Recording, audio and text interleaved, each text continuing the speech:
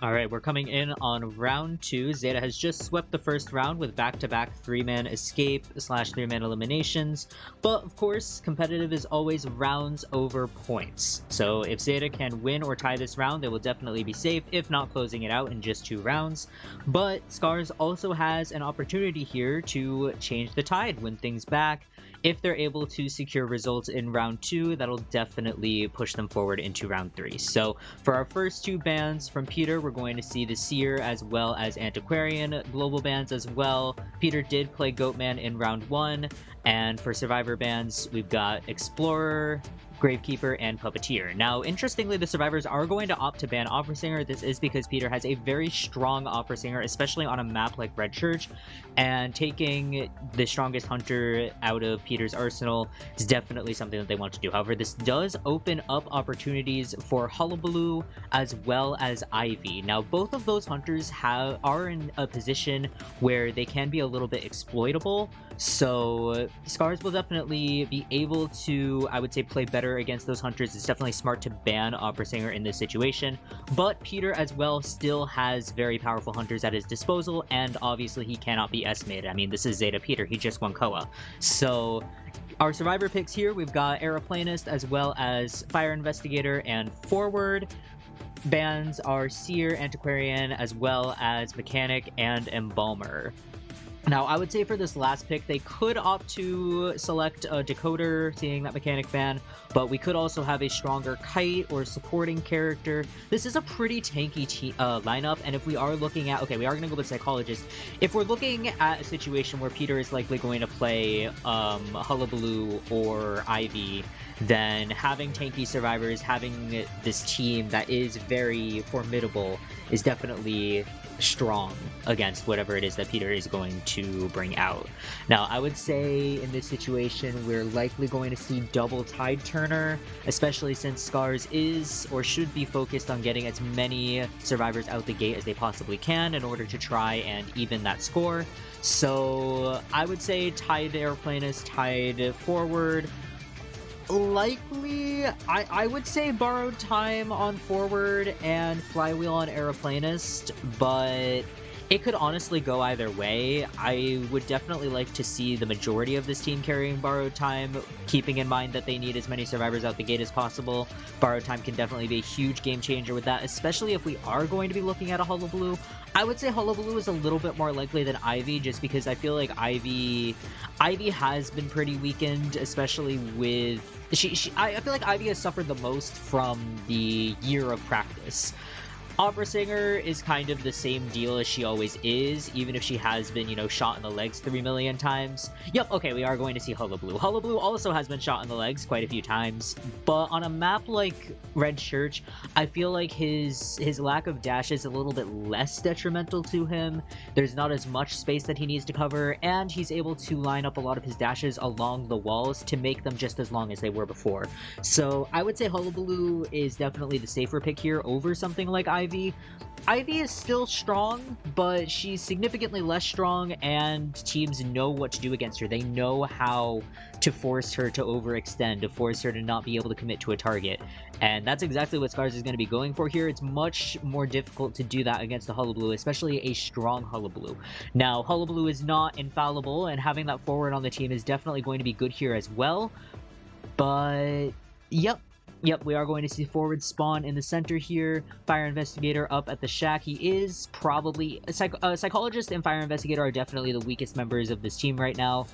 Aeroplanist is... I would say Aeroplanist is pretty strong, especially against Hullabaloo. With that hover, he can gain so much distance, as well as time, as well as just not allowing Hullabaloo to catch up to him.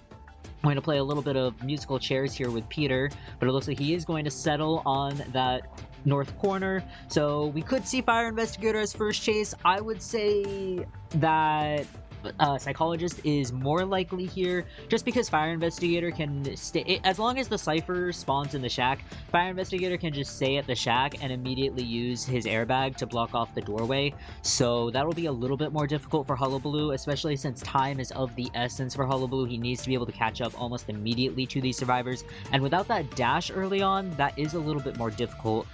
He is within range to go for Fire Investigator first, but I do feel like I feel like Psychologist is definitely better here. It also depends on what Peter is bringing. If he's bringing Insolence, I would say Fire Investigator might be a little bit a better choice, just because he doesn't need the extra hits from Psychologist. But if he's brought Trump Card, Detention, I feel like Detention would be a good move here, especially since, okay, it looks like, oh, okay, we're gonna bring Insolence, Detention, no Trump Card. Oh, that's, ooh. No Trump Card, only Excitement. So we are looking out for that forward. We're definitely conscious of the fact that Scars is going to try to use that harassment to their advantage. Okay, and we are going to have Flywheel. Oh, okay. Tide actually. Oh, okay. That's not what I expected for the Persona webs. We've got Tide, Borrowed Time on Aeroplanist, Flywheel, and Tide Turner on Fire Investigator. Only Flywheel, as well as obviously Borrowed Time on Forward. And, ooh, okay, Black Nose. Love the skin. I do enjoy when we take advantage of the tournament server, but let's get right into things. 2 ciphers already started here, and Psychologist is in fact going to be our first target. Not quite getting the hit on her just yet, but no, and missing again. Okay, we do have the black ball on her now. Unfortunately, not able to get anything else out of that first clone, so that's going to be sent into cooldown for about another 8 seconds now. Gigenki, great use of the pallets here, just forcing Peter to break them early on as we transition into the next area. Psychologist does only have Flywheel, as well as Borrowed Time. It's not quite up yet, so she does need to be careful. Oh, nicely done, kiting out the movement of that decoy there. Once again, it's going to be sent into cooldown. We have not yet gotten our first hit. Peter, oh, just barely missing with that red bomb. And Gigenki continuing down towards the walls here. Looking to line up with the red, and yes, we are, as with a little bit of a maneuver there. We will be able to line that up for our first hit, but we are dealing with a Psychologist here. Unfortunately, not quite. Oh, okay, there we go with the double color. Nicely done from Peter. 1 hit left on Psychologist, but she does have Flywheel up. Not using it just yet, but oh, not quite able to Flywheel it in time. She will be going down now. However, we do have Forward in the area, as well as the fact that she was actually down before her shield finished. So as long as she's rescued without Tide Turner, that can be very, very good for Scars coming up here. Or if she is rescued with Tide Turner, I believe that that will still preserve her shield for her second share, as long as she's rescued before half. So great work there. Tarako delaying it a little bit with that Forward. Unfortunately, not quite able to go in for a stun. He also can't quite comfortably come into rescue anymore because of that double bomb situation. He would get, you know, immediately screwed if he tries to go in. So we will be seeing a Tide Turner rescue here from Sora with the Aeroplanist. So that's our first Tide used. Aeroplanist still has Tide, and Gigenki will be immediately taking that hit and going down. Basement is not here in the church, I believe. Yep, it is in the shack. And we are going to die in a corner, try and set ourselves up for Tarako's support. No, actually, Tarako's not here. What we are doing, however, is Monet putting pressure inside the church, looking to line up that airbag and trap Peter in with the balloon, forcing a struggle free.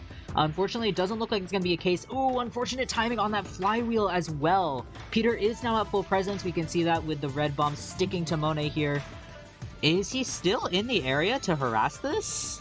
Actually, yes, it looks like it. And oh, unfortunately, not quite able to trap Peter in with that airbag. That would have been a great maneuver if it actually worked. Unfortunately, it didn't. And we are going to try and take this opportunity to down Monet. Oh, and just barely getting in the range of that white bomb. We're going to actually switch and go ahead and share him. Gigenki using the opportunity to self-heal, and that shield will come into play. So now he is once again 2 hits down. That's very good for Scars here. They successfully managed to swap Peter's target, force him to switch to another, and just by virtue of Psychologist being Psychologist, she's been able to reset and extend her second kite even longer. So really great work from Scars here. Monet left unguarded. Does not matter. He's the only Tide Turner left, so we're not going to waste any Tide on him. Oh, Gigenki unfortunately not quite hitting that Flywheel. And we're looking for the down. Yep, we are going to be able to get that down with the clone. Unfortunately, no harassment in the area again. I would say Tarako's probably going to come along for the last chair.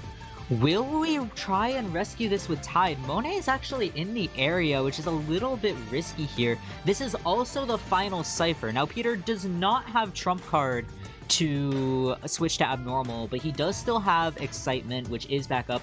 Nicely done with the clean rescue there from Monet.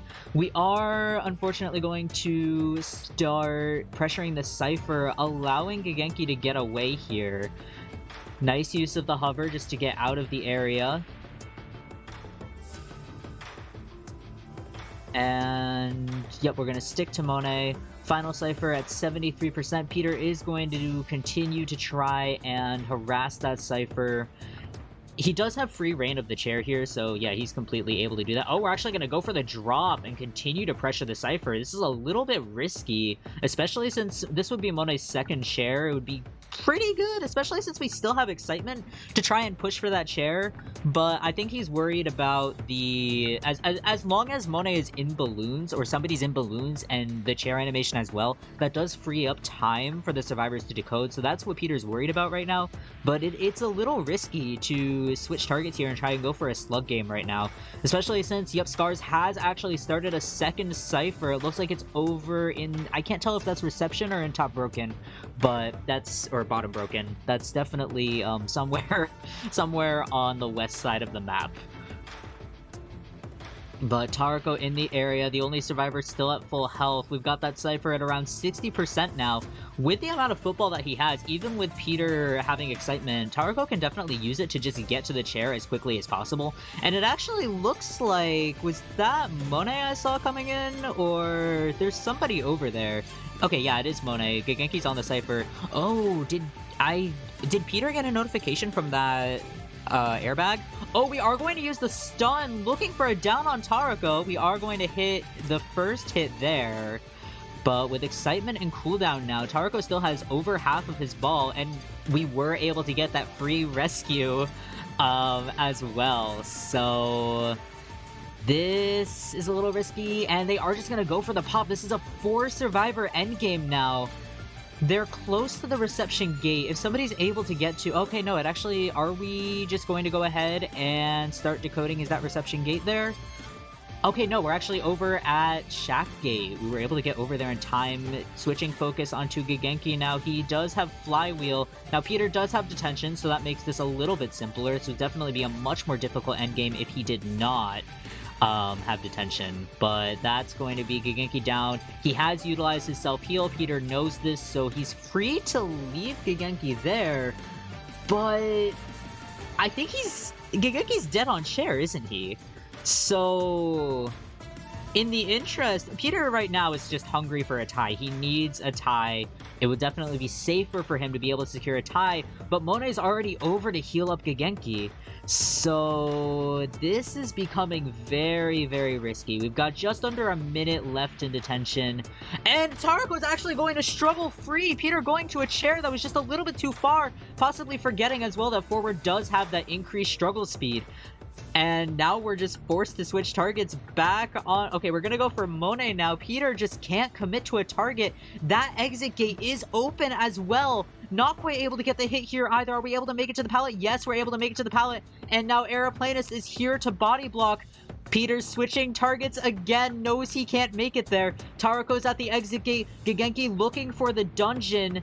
And Peter is just lost. He knows that he has nothing to really work with here. No warp, no teleport. Tarako has the exit gate open, and everyone's out. Everyone is out. Gigenki securing dungeon. That is a 4-man escape to start off round 2 for Scars. And now heading into the second half of round 2, we've got Burio coming out for the Hunter side. And Zeta survivors are on the lineup. Global bans are Goatman for the Hunter side. Zeta survivors have Puppeteer, Psychologist, and Enchantress for their global bans. So definitely a lot open there. I would say a little bit more open actually than Scars' global bans. They did unfortunately lock out that Gravekeeper first, but obviously not a problem for them. They were able to secure that 4-man escape. So Zeta now needs to be able to deliver. Burio has actually got almost no pressure at all heading into this round. He just needs to avoid getting 4 escaped, but It is Zeta. Zeta survivors are definitely capable of that 4-man escape. So Buryo needs to be careful here and cautious as well. We are going to just go ahead and ban Seer and Antiquarian first. Very, very rational picks, especially in this day and age. And for Zeta, immediately coming out with that forward, as well as the Meteorologist. Meteorologist has been a huge show out ever since she was added to competitive. Zeta especially, Zeta Dolisu was, I believe, the first one to use her in comp, and she has just been picked up by almost every team. She's very simple, I would say, and her kit is so strong. This is also pre-adjustment Meteorologist, which means that she's not affected by things such as the Rage Persona, Wax Artist, having a passive stun resistance. Her wind is not affected by those. So this version of Meteorologist actually has a huge advantage going into this season of comp, and that's not going to be the same heading into later seasons. But for the rest of our Survivor bands, we've got Aeroplanist as well as Coordinator, and Zeta will select the Embalmer as well as Weeping Clown. Now, Embalmer is a very strong pick here, especially since Zeta really, they need to be able to secure as many escapes as possible. Looking at their Hunter side, have just gotten 4-man escaped, so they're looking for a 4-man escape. At this point, it's pretty much 4-man or no man. They've lost the round if they are not able to secure that 4-man escape. So I would say for Personas here, I would like to see Tide forward. I think we're gonna, I would say I'll put money on Tide Flywheel forward, Tide Weeping Clown, possibly Flywheel Weeping Clown. I would say in this situation, we definitely do want Borrowed Time, so I would like to see a similar attention to Borrowed Time as Scars had. That definitely helped them in the final stages of the match. But it is, you know, they can go risky. They can absolutely go risky here because, again, Zeta's in a position where they've won round 1. Even if they lose round 2, they can still bring it back in round 3. And we're going to see another Hullabaloo. It's actually identical. We do have that Opera Singer ban and Hullabaloo pick. Again, when you're looking at what I like to call the Fantastic Four, which is our top 4 meta hunters, Goatman, Hullabaloo, Ivy, Opera, I would say Ivy and Hullabaloo are kind of on a similar plane of they were significantly nerfed, and there is, I would say, dedicated strategies to going against them, but pretty much anybody can just get rocked by them, you know? They're still very strong hunters, even with the nerfs, but they're a little bit less reliable, I would say, than Goatman or Opera Singer. Goatman and Opera Singer are definitely the more reliable and consistent hunters. Ivy, I would say, is just very exploitable at this point with the meta, as well as the survivor strategies that have been devised against her. And Hullabaloo just suffers from the fact that he's not able to get instant downs, especially with endgame with detention. Even with detention, he's not able to just swing and hit. You know, you can corner him at the gate, and there's almost nothing he can do if that gate's already open and nobody has a ball on them. So that's the strategy coming in here to allow that Hullabaloo out. But we did, you know, we have seen very strong Hullabaloos, and we've also just seen Hullabaloo get 4-man escape. So there's pretty much anything can happen. Absolutely anything can happen. We're going to see forward spawning up at reception, Embalmer in the center of the map here, looking to, I would say, to get everybody's appearance as fast as possible. We've got Meteorologist and Weeping Clown flanking, trying to take that kite. Embalmer, I would say, is actually at a little bit of danger here. I wouldn't be surprised to see a classic, you know, no borrowed time, flywheel, broken windows for Embalmer, and trying to focus on that, the harassment potential, as well as his individual ability to just extend that kite. So I'm definitely, I feel like I'm almost worried heading into this because Embalmer is very risky, especially, oh, okay, so we're not going to bring Excitement at all here. We're actually going to bring Warp. Now that can be very strong against Embalmer. We are going to see Borrowed Time on Embalmer, and actually Borrowed Time on the entirety of this team, so none of that no Borrowed Time nonsense that we've been seeing so much. But we're gonna have Double Tide on Weeping Clown as well as Forward, Broken Windows on Meteorologist, and Flywheel on Embalmer. All survivors, again, do have Borrowed Time, Detention, and Insolence for Burio on Hullabaloo. And it looks like we may actually be heading for Weeping Clown as our first target. Yes, it does appear that way, as of now. Weeping Clown heading towards the bottom Broken here. Looking for the clone. Not quite able to line up. We don't have line of sight just yet. Good rotation here from Hametsu. And we're going to see that first rocket come into play as well. Nicely done with the rocket boost, getting out of the way just in time, and we're not going to be able to get that clone to land either, so that will be sent to cooldown another about 7 seconds now. And heading into the graveyard, we've got another decoy up, and oh, we're actually going to get a double color. Nicely done from Burio, just looking for the red bomb here, and we are going to land it. That's a very good first hit there. Hametsu with not much to work with. We've already used 2 of those rockets. Also, he only has Tide Turner. Kazuneko in the area, though, looking for that forward support. And we've got the double color. That's already a down, but forward here. But Burio knows it. Burio has sniffed out the forward. Definitely expected that with Tinnitus in range, obviously. And now we're just looking to pressure this as much as possible. And now this puts a pretty big hit into ZETA's Cypher progress. They don't have a decoder. Now, Meteorologist and Embalmer don't have any decoding debuffs, so their decoding's fine. We do have Meteorologist already finished with her Cypher, and Embalmer hard at work on his. Hametsu has used his self-heal, so that is going to be Weeping Clown up, and we're just going to commit to Kazuneko. But Kazuneko's Cypher only at 36%. That's going to take a very long rebound kite here in order to compensate for that. But Kazuneko already with the red and the black on. We're just looking for white. Burio waiting for the rotation to be up, and he will go down. Now, we were able to embalm Kazuneko, so that definitely means that we're able to kind of preserve the other members of the team, not quite you know, forcing anybody to come into rescue, not forcing anybody to get in the way. But Burio has Warp, and it looks like he's actually close enough where he doesn't need to use it. Unless we're not going to use it at all. Burio able to catch right up. I'm not sure why. I think Shinami actually moved the coffin from over on this side of the map closer to the church. That was an interesting decision. I'm not sure if he realized how close Burio actually was, but that means Burio is able to preserve his skill even longer now. We're nearly 3 minutes into the match. 3 Cyphers remaining. Cyphers are still slow again because we had that, wait. Are we going to warp here? No, we're not going to warp here. Okay. That would have been an opportunity to use warp. Fun fact about Meteorologist, you can see the cloud of her healing from anywhere across the map. I've seen a lot of people learn that the hard way going against Bloody Queen.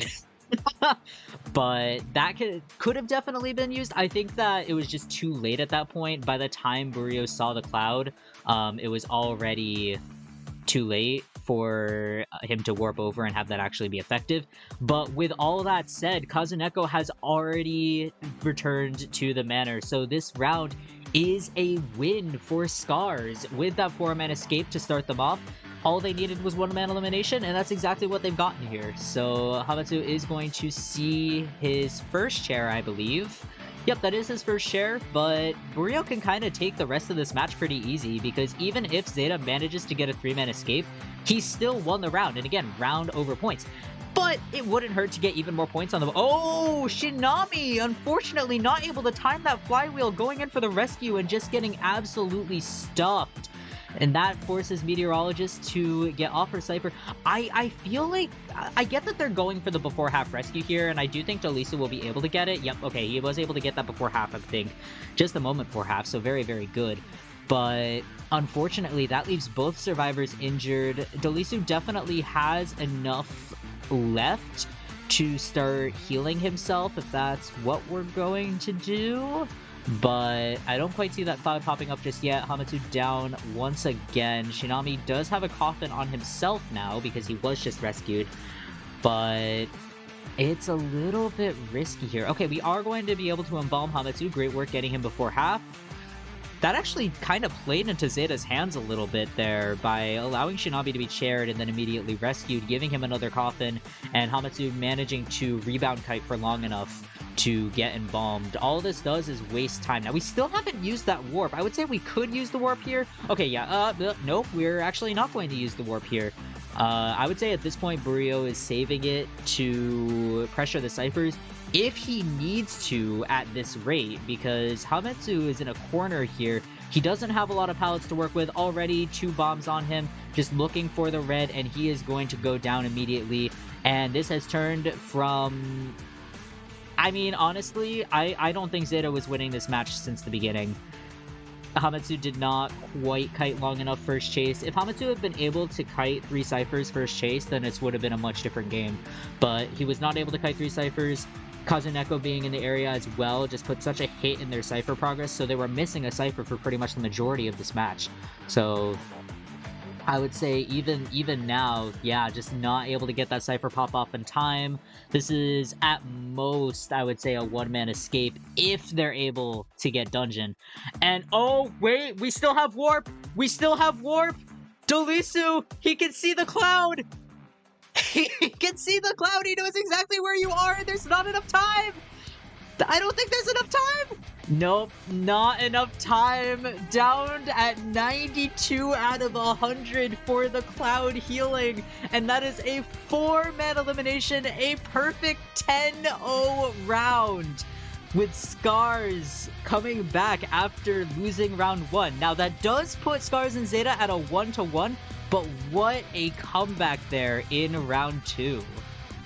With that great performance in round 2, we're heading into round 3 with Scars at a 10-point lead. However, again, rounds come before points, so Scars will need to ideally win, but they can also tie this next round in order to secure their victory. ZETA, however, does have every chance to bring it back around, as, again, for all intents and purposes, it's 1-0 right now, so the stage is open. For our first 2 bans, we've got Priestess and Knight. Definitely interesting bans. Both Seer and Antiquarian are open right now, but that could definitely be bait if we're looking at a hunter like Disciple, Hermit. I mean, I would say Hermit's probably more of a risk than Disciple in that case if we are looking at an Antiquarian, but still definitely viable. We could also see Wax Artist if we're looking for those anti-stun, and also Seer resistant hunters. So Wax Artist definitely Seer resistant, especially once he's at full presence. But regardless, okay, we're actually going to see a Wax Artist ban as well as a Bonbon ban, so it looks like Scars is likely going to lock in that Seer here. We'll find out in just a moment. But I would say Seer is pretty likely, unless we're going to reverse psychology. Okay, no, we are just going to go ahead and be like, alright, you didn't ban Seer and Antiquarian, we're going to go ahead and lock those in. So hopefully Miku Melody was in fact prepared to deal with them. That is right as well. ZETA has brought out their round 3 hunter, Miku Melody, instead of Peter for this round. So fresh hunter.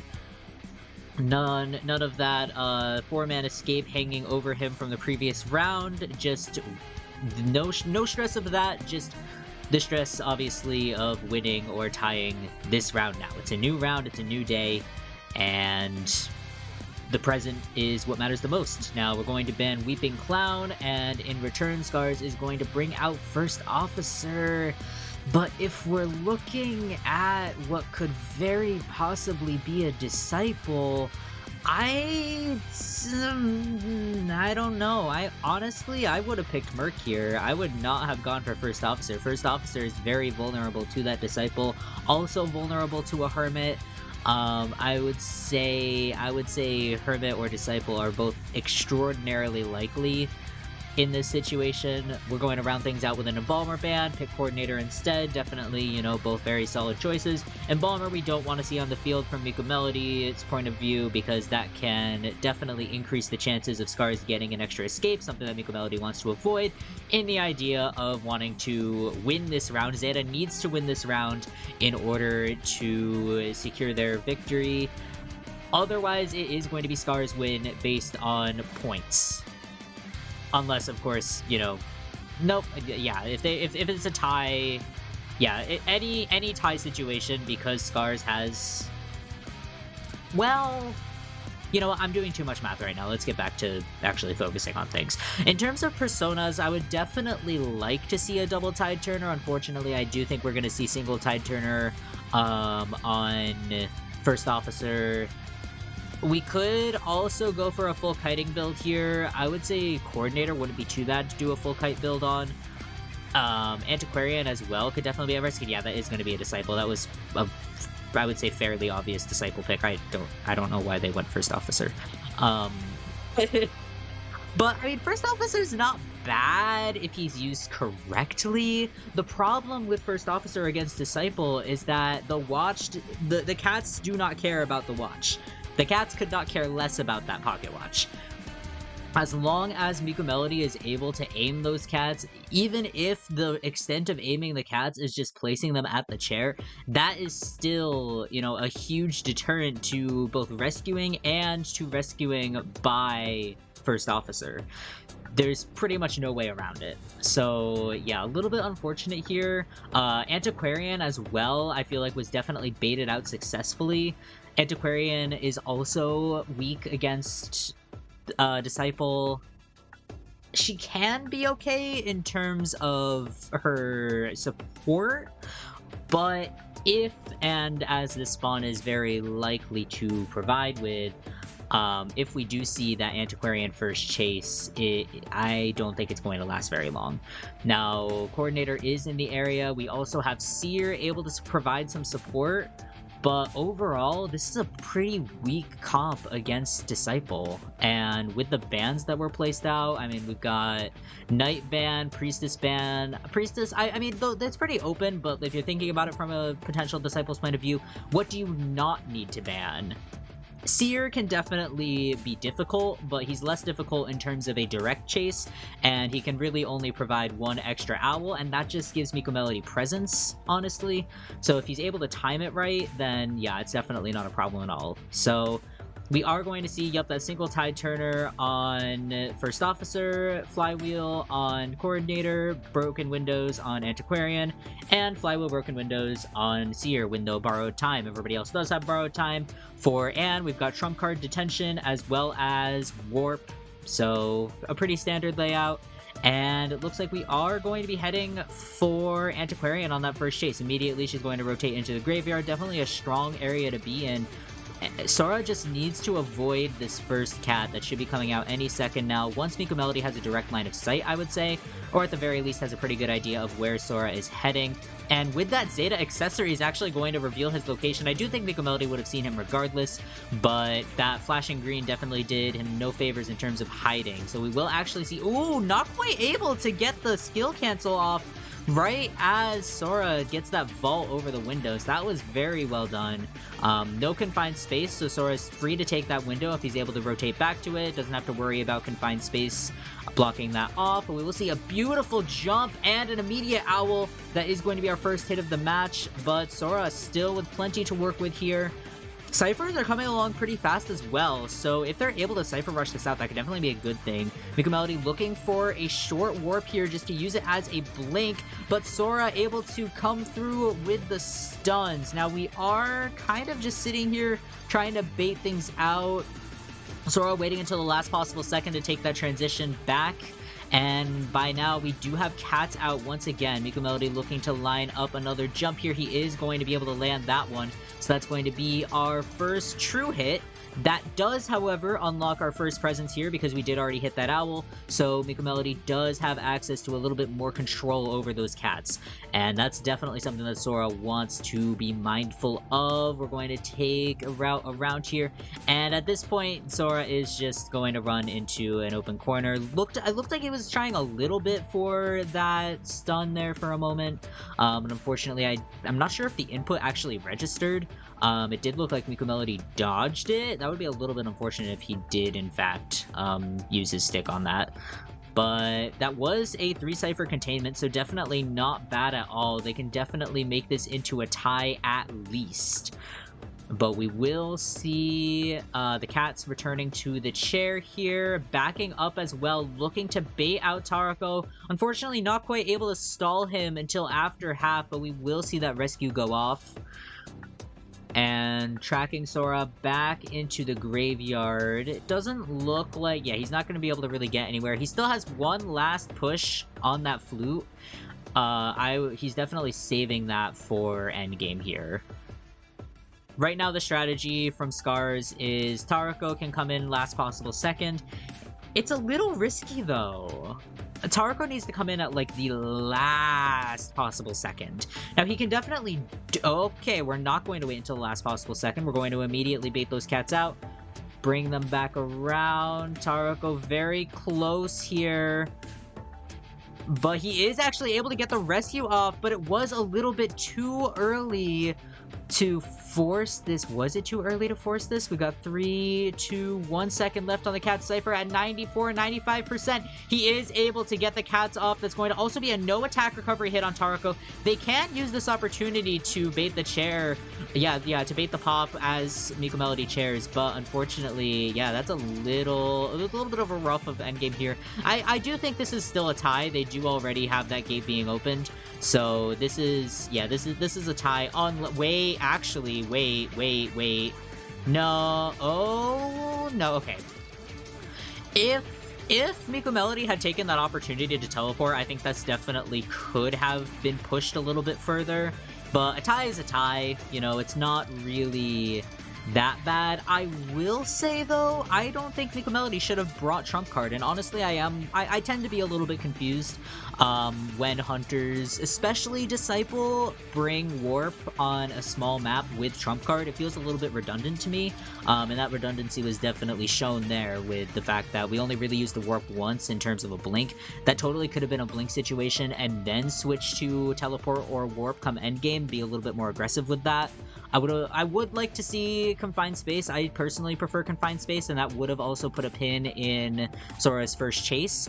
But all in all, a tie is a tie, and that does leave both teams, again, in a pretty even position. That actually leaves ZETA at a bit of a disadvantage heading into the second half because they need to win this round. So as long as they are able to get a 3-man or a 4-man escape in the next half, that's going to determine whether or not they're able to, you know, bring this home for the win. But Scars, not in a bad position here. They just need to tie in order to head into victory. All right, heading into the second half of round 3 here. Once again, it's going to be a tie minimum for Scars. Any result past that, they win. If ZETA manages to get a 3 or 4-man escape, they will be taking the victory. So we do have Scars' as round 3 hunter as well here. Yuri, he will be immediately banning Seer as well as Priestess. That does mean we can see that Antiquarian also make her way out in this round. And it looks like we're going to round out the Fantastic Four for bans here. We've got Ivy and Opera Singer off the table. So Yuri's hunter pool, I would say we could be seeing a Geisha, maybe a Wax Artist, something along those lines. But we will see a very aggressive pick here from ZETA. We've got that Batter out as well as Aeroplanist. Batter especially, I would say that's going to be a pick for Kazuneko there. Kazuneko on Harassers is a force to be reckoned with, and this is exactly what ZETA needs if they're, if they, you know, they need to get the win here. They need to pull out all the stops they possibly can. Having that Batter on their side, definitely going to be a huge asset heading into this round. I would definitely expect an excitement carry from Yuri, though. I would hope for an excitement carry from Yuri with that in mind.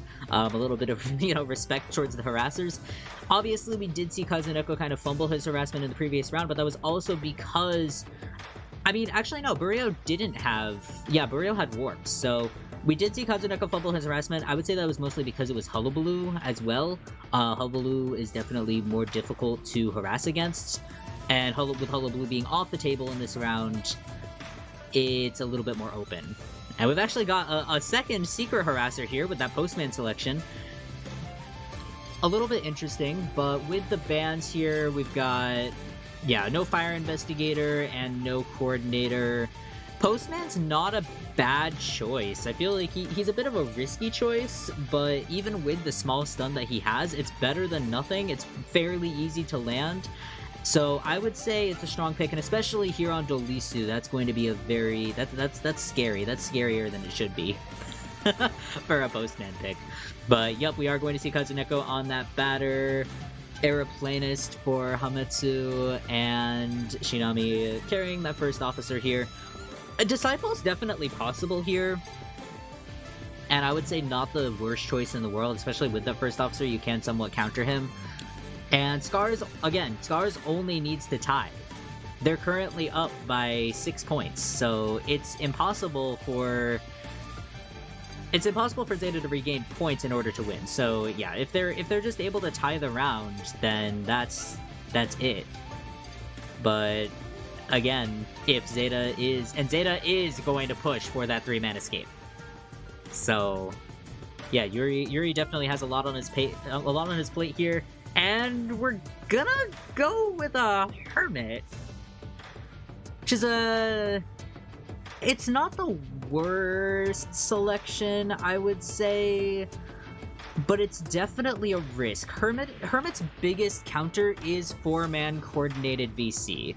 The number one way to beat Hermit, even if you don't have any healers on the team, which I think that this is probably Yuri's thought process here, is that there are no healers on this team. There's no way for these survivors to really naturally negate chip damage, but with that batter on the team, Hermit's very vulnerable to harassment. Hermit is also very vulnerable to 4-man VC and good team communication, coordination, all that fun stuff. So I feel like this is... Hermit as well is very high risk, high reward. He's a hunter that can, you know, it's pretty much 4-man or no man. So that could definitely be an issue here for Scars. Now, that can also be an issue here for ZETA, because 4-man or no man does imply the possibility of a 4-man elimination. But yeah, Hermit scares me, especially with these kinds of definitive rounds, this you know, very tie or better situation. Hermit is a hunter that's just not consistent enough to really guarantee a tie. He's definitely tie and win viable, but he's just a risk. You know, one wrong move from both the survivor or the hunter side can completely flip the polarity of the match. So yeah, it's a risk. Can it be high reward? Absolutely, but we'll just have to find out. Now, we are carrying Warp as well as Detention and Insolence. That's a pretty standard Hermit layout here. We've got Flywheel on Aeroplanist as well as Batter, Broken Windows on Postman, and Tide on First Officer. And we do have full borrowed time. That will definitely be helpful against Hermit, and that can also be a huge difference, make or break, when it comes to the end game here, because if all of the survivors or if multiple survivors are sharing polarity during end game, they can tank detention hits. So that's definitely going to need to be something for Yuri to look out for. Obviously, ciphers are much slower when it comes to a Hermit match, but slower does not necessarily mean, you know, it's impossible to Cypher Rush him. It's very possible to Cypher Rush him. Yuri actually getting a little bit lost here in the early game. He hasn't yet found a target, and already the ciphers have started going. We've got one survivor. It looks like... I think Kazuneko might be on a okay, no, it's, one of them is on an unconnected cipher. But I believe... Okay, no, that's actually been... Oh, well, Hametsu is forced off of it, but we're going to switch targets to Kazuneko for some reason. Now, this is... Okay, immediately, good flywheel on the stun. Changing targets to the batter is not a good move, I have to say. It's... Switching to batter here, not only is he the worst decoder on the team, but you're switching to Kazuneko batter. He's already outfitted for a kite. He's already outfitted for... He's got that, you know, obviously he used his flywheel already, so we should be able to stun him here. Actually, nope, we can't stun him here because we've already used our stun. And this is going to be a free ball just now to give a little bit more distance. Yuri's not going to bother to break the ball. And already... Hametsu's Cypher is nearly at 100%. Now, we are going to get our first hit here that is going to put damage on Shinami as well as Dolisu, but it's only a sliver of damage. We've already got one Cypher completed, and the greatest enemy of a Hermit, again, is that communication as well as Cypher Rush. Now, we do have... Yeah, we have... Insolence has come into effect, but even with that second presence, already both of the charges have been missed. Kazuneko not taking a hit again, using the batter's increased pallet drop speed to his advantage. This is already nearly a 3-Cypher kite as it is. And again, that's another pushback with the ball. Yuri doesn't have time to break the balls here. We're just trying to get another stun, another charge on Kazuneko, and it hasn't quite panned out yet. Now, we do have Warp up again, but at this point, we do need to commit to a target. Now, Kazuneko will take another hit here. It won't be enough to down him. That's actually going to put both survivors at half health, which means that ZETA can now go ahead and heal up Dolisu if they so choose. Now, Yuri actually unable to take that warp because Kazuneko is threatening him with the ball, which he will likely land in just a moment. Okay, actually good move there with the warp, using it kind of backwards. That was actually very well done by Yuri to corner him in there. Looking for the charge, and Flywheel is up again. Kazuneko's actually managed to kite out for all 2 Flywheels. Unfortunately, he is going to go down, but already we are nearly at just 1 Cypher remaining. Absolutely incredible kite here from Kazuneko, but I'll be so real, Yuri put himself in this situation. He could have kited Hametsu, and I mean, Hametsu definitely... And the problem is that there's really nobody who you can chase on ZETA. There's nobody who you can chase on really any team. That's kind of the point of competitive play. You can't really rely on having one person to chase or avoiding people to chase.